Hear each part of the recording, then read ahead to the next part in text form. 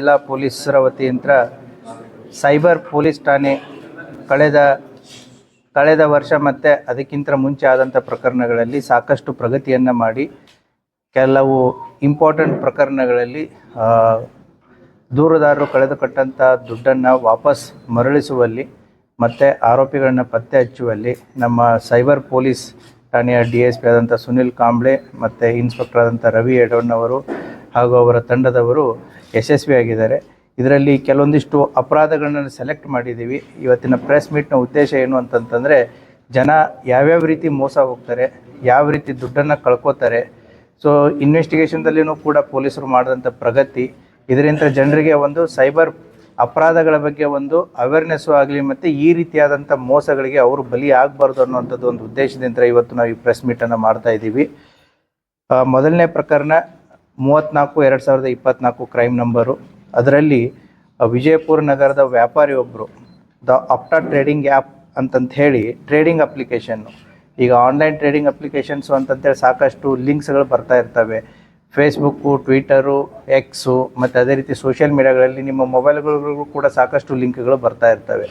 ಜನ ಏನು ಮಾಡ್ತಾರೆ, ಎಲ್ಲವೂ ಕೂಡ ಇನ್ವೆಸ್ಟ್ಮೆಂಟ್ ಆಪ್ಷನ್ನು ಅನ್ನೋ ರೀತಿಯಲ್ಲಿ ಅದನ್ನು ಕ್ಲಿಕ್ ಮಾಡಿಬಿಟ್ಟು ಅದರಲ್ಲಿ ದುಡ್ಡನ್ನು ಇನ್ವೆಸ್ಟ್ಮೆಂಟ್ ಮಾಡೋಕ್ಕೆ ಹೋಗ್ತಾರೆ. ಅವರು ಸಾಕಷ್ಟು ರೀತಿಯಲ್ಲಿ ಹೆಚ್ಚಿನ ಲಾಭಾಂಶದ ಆಸೆಯನ್ನು ಕೊಡ್ತಾರೆ. ಈ ಪ್ರಕರಣದಲ್ಲಿ 4% ನಾವು ಪ್ರಾಫಿಟನ್ನು ಕೊಡ್ತೀವಿ. ಈ ದುಡ್ಡನ್ನು ನಾವು ಇಂಟರ್ನ್ಯಾಷನಲ್ ಮಾರ್ಕೆಟ್ದಲ್ಲಿ ಇನ್ವೆಸ್ಟ್ಮೆಂಟ್ ಮಾಡ್ತೀವಿ. So dollar, oil, currency, so crypto ಕರೆನ್ಸಿಗಳಲ್ಲಿ ನಾವು ಇನ್ವೆಸ್ಟ್ಮೆಂಟ್ ಮಾಡಿದ್ರೆ ಹೆಚ್ಚಿನ ಲಾಭಾಂಶ ಬರುತ್ತೆ ಅಂತಂತೇಳಿ ನಂಬಿಸಿ ಈ ವ್ಯಕ್ತಿ ಸುಮಾರು 2,04,71,500 ರೂಪಾಯಿಯನ್ನು ಕಳ್ಕೊಂಡಿದ್ರು. ಸೊ ಹಂತವಾಗಿ ಕಳ್ಕೊಂಡಿದ್ದು. ಅದರಲ್ಲಿ ಈಗಾಗಲೇ ನಾವು ತನಿಖೆ ಮೊದಲನೇ ಭಾಗದಲ್ಲಿ 70 ಲಕ್ಷ ಅದನ್ನು ರಿಕವರಿ ಮಾಡಿ ಕೊಟ್ಟಿದ್ದೀವಿ. ಈಗ ಎರಡನೇ ಭಾಗದಲ್ಲಿ ಅವರಿಗೆ ಸುಮಾರು 65,64,000 ಮತ್ತೆ ರಿಕವರಿ ಮಾಡಿ ಅವರಿಗೆ ಮರಳಿಸ್ತಾ ಇದ್ದೀವಿ. ಸೊ ಈ ಪ್ರಕರಣದಲ್ಲಿ ಒಟ್ಟು 1,35,64,000 ರೂಪಾಯಿಗಳನ್ನು ನಮ್ಮ ಸೈಬರ್ ಪೊಲೀಸ್ನವರು ರಿಕವರಿ ಮಾಡಿದ್ದಾರೆ. ಅದೇ ರೀತಿ ಕೂಡ ಜಲನಗರ ಪೊಲೀಸ್ ಠಾಣೆಯಲ್ಲಿ ಕ್ರೈಮ್ ನಂಬರ್ 85/2024, ಇದು ಒಂದು ಯಾವ ರೀತಿ ನಮ್ಮ ವ್ಯವಸ್ಥೆಯಲ್ಲಿ ಮಿಸ್ಅಪ್ರಾಪ್ರಿಯೇಷನ್ ಆಗುತ್ತೆ ಅಂತಂತ ಹೇಳಿ ಈ ಪ್ರಕರಣ ಇಂಪಾರ್ಟೆಂಟ್ ಇದೆ. ಇದರಲ್ಲಿ ಏನಾಗಿತ್ತು ಅಂತಂದರೆ, ಅಂಬೇಡ್ಕರ್ ಅಭಿವೃದ್ಧಿ ನಿಗಮದಿಂದ ಈ ಏನು SC/ST ಜನರಿಗೆ ಈ ಲ್ಯಾಂಡನ್ನು ಖರೀದಿ ಮಾಡೋದಕ್ಕೆ ಸರ್ಕಾರದ ಒಂದು ಯೋಜನೆ ಇತ್ತು. ಅದರಲ್ಲಿ ಒಟ್ಟು 6 ಜನ ಆರೋಪಿತರು ಸೇರಿ ಕೊಟ್ಟಿ ದಾಖಲಾತಿಗಳನ್ನು ರೆಡಿ ಮಾಡ್ತಾರೆ. ಅದನ್ನು ಕೊಟ್ಟಿ ದಾಖಲಾತಿ ಪತ್ರಗಳನ್ನು ಫಲಾನುಭವಿಗಳನ್ನು ಕೂಡ ರಿಯಲ್ ಫಲಾನುಭವಿಗಳು, ಅವರು ಬೇರೆದರಲ್ಲಿರುವಂಥ ಫಲಾನುಭವಿಗಳು, ಒಟ್ಟು 11 ಜನ. ಆ 11 ಜನದ ಫಲಾನುಭವಿಗಳ ಎಲ್ಲ ಫೋಟೋಸ್ಗಳನ್ನು ಫೇಕ್ ಇವರು ಕ್ರಿಯೇಟ್ ಮಾಡಿರ್ತಾರೆ. ಅದಕ್ಕೆ ಬೇಕಾದಂಥ ಫೋಟೋಸ್ಗಳನ್ನು, ಡಾಕ್ಯುಮೆಂಟ್ಸ್ಗಳನ್ನ ಇದಕ್ಕೆ ಅಟ್ಯಾಚ್ ಮಾಡಿರ್ತಾರೆ. ಸೊ ಈ ರೀತಿ ಅಟ್ಯಾಚ್ ಮಾಡಿ ಸುಮಾರು 11 ಎಕರೆಯಷ್ಟು ಲ್ಯಾಂಡನ್ನು ಖರೀದಿ ಮಾಡಲು ಎಷ್ಟು ಅಂತಂತಂದರೆ ಒಟ್ಟು ಸರ್ಕಾರಕ್ಕೆ 75,90,000 ಮೋಸ ಮಾಡಿರ್ತಾರೆ. ಸೊ ಇದರಲ್ಲಿರುವಂತಹ ಆರೋಪಿಗಳಂತ್ರ ಈಗ ತನಿಖೆ ಮಾಡಿ ಒಟ್ಟು 27,55,183 ರೂಪಾಯಿಯನ್ನು ಅವರಿಂದ ರಿಕವರಿ ಮಾಡಿದೆ. ಉಳಿದಿದ್ದನ್ನು ಅವರ ಹತ್ರ ಈಗ ಸದ್ಯಕ್ಕೆ ಇಲ್ಲದೇ ಇರೋದರಿಂದ ಅವ್ರ ಮೇಲೆ ನಾವು ಚಾರ್ಜ್ ಶೀಟ್ ಮಾಡಿ ಪ್ರಕರಣವನ್ನು ಕೋರ್ಟಿಗೆ ದಾಖಲು ಮಾಡಲಾಗಿದೆ. ಆ ಹಿನ್ನೆಲೆಯಲ್ಲಿ ಇದರಲ್ಲಿ ಕರ್ತವ್ಯ ಲೋಪ ಎಸೆದಂಥ ಶ್ರೀಮತಿ ರೇಣುಕಾ ಸಾರ್ತಲೆ ಆಗಿರ್ಬೋದು, ತಾಲೂಕು ಅಭಿವೃದ್ಧಿ ಅಧಿಕಾರಿ, ಜಿಲ್ಲಾ ವ್ಯವಸ್ಥಾಪಕರಾದಂಥ ಶ್ರೀಮತಿ ರೇಣುಕಾ ಸಾತರ್ಲೆ, ತಾಲೂಕು ಅಭಿವೃದ್ಧಿ ಅಧಿಕಾರಿಗಳಾದಂಥ ಶ್ರೀ SS ಮಣಿಗಿರಿ ಮತ್ತು ಮುದೋಳಿ MT ಅನ್ನೋರು ಕರ್ತವ್ಯ ಲೋಪ ಮಾಡಿ ಸರ್ಕಾರಕ್ಕೆ ಸುಮಾರು 75,90,000 ನುಕ್ಸಾನ್ ಮಾಡಿದರು. ಆ ಹಿನ್ನೆಲೆಯಲ್ಲಿ ಪ್ರಕರಣ ದಾಖಲಾಗಿತ್ತು. 3 ಹಂತಗಳಲ್ಲಿ ಇವರು ದುಡ್ಡನ್ನು ವಿಡ್ರಾ ಮಾಡಿರ್ತಾರೆ. 37,90,000 ಒಂದು ಹಂತ, 3,79,500 ಒಂದು ಹಂತ, ಮೂರನೇ ಹಂತದಲ್ಲಿ 34,15,500 ರೂಪಾಯಿ. ಈ ರೀತಿ ಕೊಟ್ಟಿ ಫಲಾನುಭವಿಗಳಿಗೆ ಈ ದುಡ್ಡನ್ನು ಟ್ರಾನ್ಸ್ಫರ್ ಮಾಡಿ ಆಮೇಲೆ ಅದನ್ನು ವಿಡ್ರಾ ಮಾಡಿ ಸರ್ಕಾರಕ್ಕೆ ಈ ರೀತಿಯಾದ ಒಂದು ಮೋಸವನ್ನು ಮಾಡಿರ್ತಾರೆ. ಆ ಪ್ರಕರಣವನ್ನು ಕೂಡ ನಮ್ಮ ಸೈಬರ್ ಪೊಲೀಸ್ನವರು ಅವರಂತರ ಸುಮಾರು 27,55,183 ರಿಕವರಿ ಮಾಡಿ ಉಳಿದದ್ದನ್ನು ಚಾರ್ಜ್ ಶೀಟ್ ಮಾಡಿದ್ದಾರೆ. ಸೊ ಕೋರ್ಟಲ್ಲಿ ಅವ್ರಿಗೆ ಮತ್ತೆ ಫರ್ದರ್ ಆ್ಯಕ್ಷನನ್ನು ಆಗುತ್ತೆ. ದೆನ್ ಮೂರನೇ ಪ್ರಕರಣ, ಇದು ಕೂಡ ಕ್ಲಾಸಿಕ್ ಕೇಸು.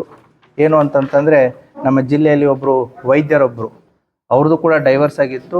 ಹಾಗಾಗಿ ಡೈವರ್ಸ್ ಮೆಟ್ರಿಮೋನಿಯಲ್ಲಿ ಏನು ಹುಡುಗಿಗೋಸ್ಕರ ಹುಡುಕಾಟ ಮಾಡ್ತಿರ್ಬೇಕಾದ್ರೆ ಒಂದು ಕಾಂಟ್ಯಾಕ್ಟ್ ಸಿಗುತ್ತೆ. ಆ ಕಾಂಟ್ಯಾಕ್ಟನ್ನು ವಿತೌಟ್ ಆ ವ್ಯಕ್ತಿ ಯಾರು, ಅಪೋಸಿಟ್ ಇರುವಂಥ ಮಹಿಳೆ ಯಾರು ಅಥವಾ ವ್ಯಕ್ತಿ ಯಾರು ಅನ್ನೋದನ್ನು ತಿಳಿಯಲಾರದೇ ಸೋಷಿಯಲ್ ಮೀಡಿಯಾದಲ್ಲಿನೇ ಚಾಟ್ ಮಾಡಿ ಒಂದು ನಂಬಿಕೆಯನ್ನು ಗಳಿಸ್ಕೊಂಡು ಸುಮಾರು 2,15,50,000 ದುಡ್ಡನ್ನು ಕಳ್ಕೊಂಡಿದ್ದಾರೆ. ಸೊ ಆ ಹಿನ್ನೆಲೆಯಲ್ಲಿ ನಮ್ಮ ಸೈಬರ್ ಪೊಲೀಸ್ ಠಾಣೆಯಲ್ಲಿ ಕ್ರೈಮ್ ನಂಬರ್ 4/25 ಅಡಿಯಲ್ಲಿ ಪ್ರಕರಣ ದಾಖಲಾಗಿತ್ತು. ಆ ಹಿನ್ನೆಲೆಯಲ್ಲಿ ಈಗಾಗಲೇ 25,11,000 ರಿಕವರಿ ಆಗಿದೆ ಮೊದಲನೇ ಹಂತದಲ್ಲಿ. ಇನ್ನೂ ಕೂಡ ಇದರಲ್ಲಿ ಪ್ರಕರಣ ತನಿಖೆಯಲ್ಲಿದೆ. ಮುಂದೆ ಬರುವಂಥ ದಿನಗಳಲ್ಲಿ ಇನ್ನೂ ಹೆಚ್ಚಿನ ಅಮೌಂಟ್ ಇದರಲ್ಲಿ ರಿಕವರಿ ಆಗುತ್ತೆ. ನಾವು ಯಾಕೆ ಈ ಕೇಸನ್ನು ತೊಗೊಂಡಿದ್ದೀವಿ ಅಂದರೆ ಯಾವ ರೀತಿ ಜನ ಮೋಸ ಹೋಗ್ತಾ ಇದ್ದಾರೆ ಅನ್ನೋದನ್ನು ಜನರಿಗೆ ಗಮನಕ್ಕೆ ತರೋಣ ಅಂತಂತ ಹೇಳಿ. ಅದೇ ರೀತಿ 4ನೇ ಪ್ರಕರಣ ನಮ್ಮ ಜಿಲ್ಲೆಯಲ್ಲಿ ಆಗಿರೋದು ಸೈಬರ್ ಪೊಲೀಸ್ ಠಾಣೆ ಪ್ರಕರಣ ಸಂಖ್ಯೆ 17/25. ಇದರಲ್ಲಿ ವಿಜಯಪುರ ಜಿಲ್ಲೆಯ ವ್ಯಾಪಾರಿಯೊಬ್ಬರು ಏನು ಅಂತಂತಂದರೆ, ಇವರು ಮೊನ್ನೆ ನಡೆದಂಥ ಕುಂಭಮೇಳಕ್ಕೆ ಹೋಗಬೇಕು ಅಂತಂತ ಹೇಳಿ ಪ್ರಯಾಗ್ರಾಜ್ದಿಂದ ಕುಂಭಮೇಳಕ್ಕೆ ಹೆಲಿಕಾಪ್ಟರ್ ರೇಡು ಬುಕ್ ಮಾಡಿರ್ತಾರೆ. ಸೊ ನಾವು ಆನ್ಲೈನಲ್ಲಿ ಎಲ್ಲ ಬುಕ್ ಮಾಡಿಬಿಡ್ತೀವಿ. ಹೆಲಿಕಾಪ್ಟರ್ ರೇಟ್ ಬುಕ್ ಮಾಡ್ತಾರೆ, ಪ್ರಯಾಗ್ರಾಜಿಗೆ ಹೋಗಿ ಫ್ಲೈಟಲ್ಲಿ ಇಳಿತಾರೆ. ಪ್ರಯಾಗ್ರಾಜ್ದಿಂದ ಕುಂಭಮೇಳಕ್ಕೆ ಹೆಲಿಕಾಪ್ಟರ್ ಇಲ್ಲ, ಬಟ್ ಆನ್ಲೈನ್ ಪೇಮೆಂಟ್ ಆಗಿದೆ. ಸೊ ಆ ಹಿನ್ನೆಲೆಯಲ್ಲಿ ಆ ವ್ಯಕ್ತಿ ಸುಮಾರು 4,08,000 ರೂಪಾಯಿನ ಕಳ್ಕೊಂಡಿದ್ರು. ಅದನ್ನು ಸಂಪೂರ್ಣವಾದಂಥ ರಿಕವರಿಯನ್ನು ನಮ್ಮ ಸೈಬರ್ ಪೊಲೀಸ್ನವರು ಮಾಡಿದ್ದಾರೆ.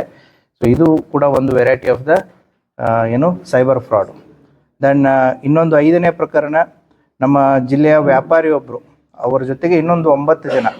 ಈಗೇನಾಗುತ್ತೆ, ಇ-ಕಾಮ್ ಡೆಲಿವರಿ ಫ್ರಾಂಚೈಸನ್ನು ಕೊಡಿಸ್ತೀವಿ ಅಂತಂತೇಳಿ. ಇ-ಕಾಮ್ ಡೆಲಿವರಿ ಫ್ರಾಂಚೈಸ್ ಉದಾಹರಣೆಗೆ ಫ್ಲಿಪ್ಕಾರ್ಟ್ ಇರ್ಬೋದು, ಅಮೆಜಾನ್ ಇರ್ಬೋದು, ಅಥವಾ ಈ ರೀತಿಯಾದಂಥ ಆನ್ಲೈನ್ ಟ್ರೇಡಿಂಗ್ ಏನಿರ್ತಾವಲ್ಲ ಅವ್ರದ್ದೊಂದು ಫ್ರಾಂಚೈಸ್ ಕೊಡಿಸ್ತೀವಿ ಅಂತಂಥೇಳಿ ಸುಮಾರು 58 ಲಕ್ಷದಷ್ಟು ಮೋಸ ಮಾಡಿರ್ತಾರೆ.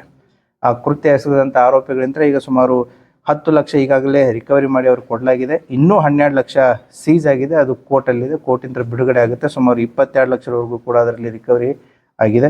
ಇನ್ನೂ ಕೂಡ ಪ್ರಕರಣ ತನಿಖೆಯಲ್ಲಿದೆ.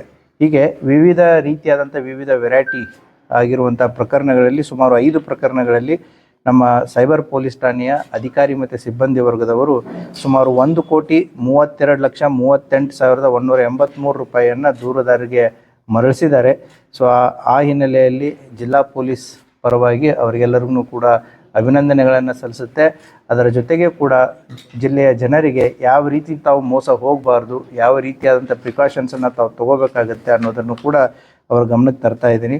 ಅದರ ಜೊತೆಗೆ ಮೊಬೈಲ್ ಏನು ಈಗಾಗಲೇ ನಿಮ್ಗೆ ಗೊತ್ತಿದೆ, CEIR ಪೋರ್ಟಲ್ ಅಂತ ಇದೆ. ಯಾರೇ ಮೊಬೈಲನ್ನು ಕಳ್ಕೊಂಡ್ರೆ ಮಾಡಿದರೆ ನಿಮ್ಮ ಮೊಬೈಲ್ ಯುನಿಕ್ ಐ ಡಿಗಳಿಗೆ ಏನೇನು ಇರ್ತವೆ ಅದನ್ನು ನಾವು ಆನ್ಲೈನ್ ಪೋರ್ಟಲ್ದಲ್ಲಿ CEIR ಅನ್ನುವಂಥ ಒಂದು ಪೋರ್ಟಲ್ದಲ್ಲಿ ಎಲ್ಲ ಮಾಹಿತಿಗಳನ್ನು ಅದರಲ್ಲಿ ಹಾಕಿದರೆ ಆ ಮೊಬೈಲು ಯಾವಾಗಲೇ ಆ್ಯಕ್ಟಿವ್ ಆಗಲಿ, ಎಲ್ಲೇ ಆ್ಯಕ್ಟಿವ್ ಆಗಲಿ, ಸೊ ಇಮ್ಮಿಡಿಯೇಟ್ಲಿ ನಮಗೆ ಮೆಸೇಜ್ ಬರುತ್ತೆ.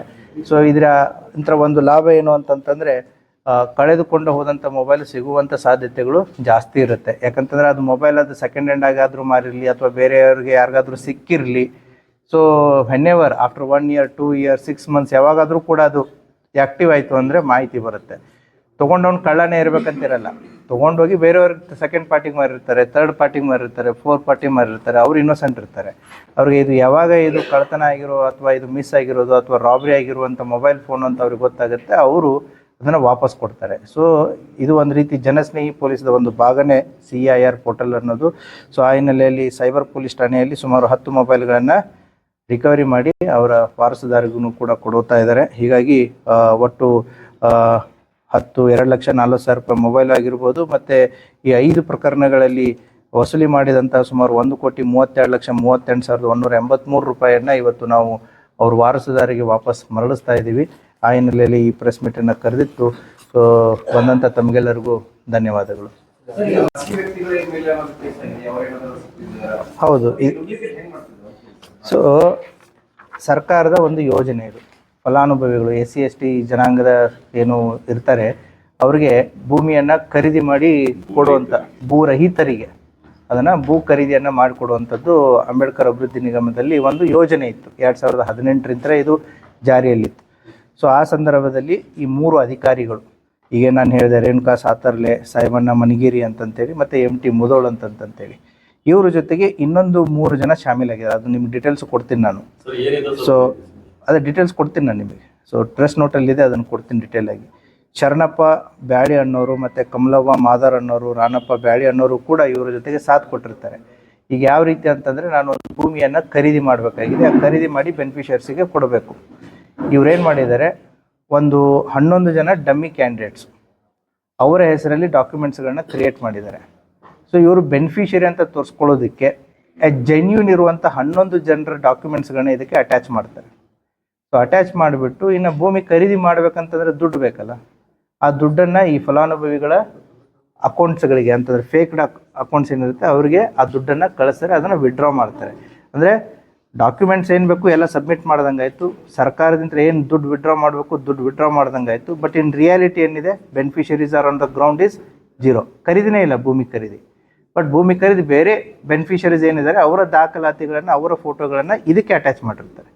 ಸೊ ಪೇಪರ್ ವರ್ಕ್ ಪ್ರಕಾರ ಏನು ಬೇಕು ಅದು ಸರಿಯಾಗಿ ತೋರಿಸ್ದಂಗಾಯಿತು, ಸರ್ಕಾರದ ದುಡ್ಡು ಕೂಡ ಅವ್ರ ಅಕೌಂಟ್ಗಳಿಗೆ ಹೋದಂಗಾಯಿತು, ಅದನ್ನು ವಿಡ್ರಾ ಮಾಡಿ ಇವರೆಲ್ಲರೂ ಕೂಡ ಯೂಸ್ ಮಾಡ್ಕೊಂಡಿರ್ತಾರೆ. ಈ ರೀತಿಯಾದಂಥ ಒಂದು ಕೇಸು. ಮತ್ತು ಈ ಕೇಸ್ ಈಗಾಗಲೇ ಇನ್ನೊಂದು ಪ್ರಕರಣ ಐ ಥಿಂಕ್ CIDಯಲ್ಲೂ ಇದೆ, ಲೋಕಾಯುಕ್ತದಲ್ಲಿ, EDಯಲ್ಲೂ ಇದೆ, ಲೋಕಾಯುಕ್ತದಲ್ಲಿದೆ, ನಮ್ಮಲ್ಲಿದು ಒಂದಿತ್ತು. ಸೊ ಇದು ಕೂಡ ಚಾರ್ಜ್ ಶೀಟ್ ಆಗಿದೆ. ಯಾಕಂತಂದರೆ online transaction 420 was part of the cyber investigation before.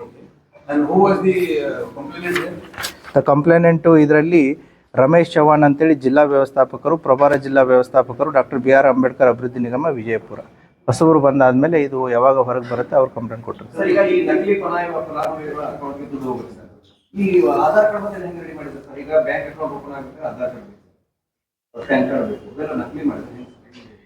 ನಕಲಿ ಮಾಡಿನೇ. ನಕಲಿ ಅಂತಂತಂದ್ರೆ ಬೇರೆ ಬೆನಿಫಿಷರೀಸ್ ಆರ್ ರಿಯಲ್, ಅವ್ರು ಬೇರೆ ಬೆನಿಫಿಟ್ ಸಿಕ್ಕಿದೆ, ಅವರ ದಾಖಲಾತಿಗಳನ್ನ ಇದಕ್ಕೆ ಸಬ್ಮಿಟ್ ಮಾಡ್ರಿ.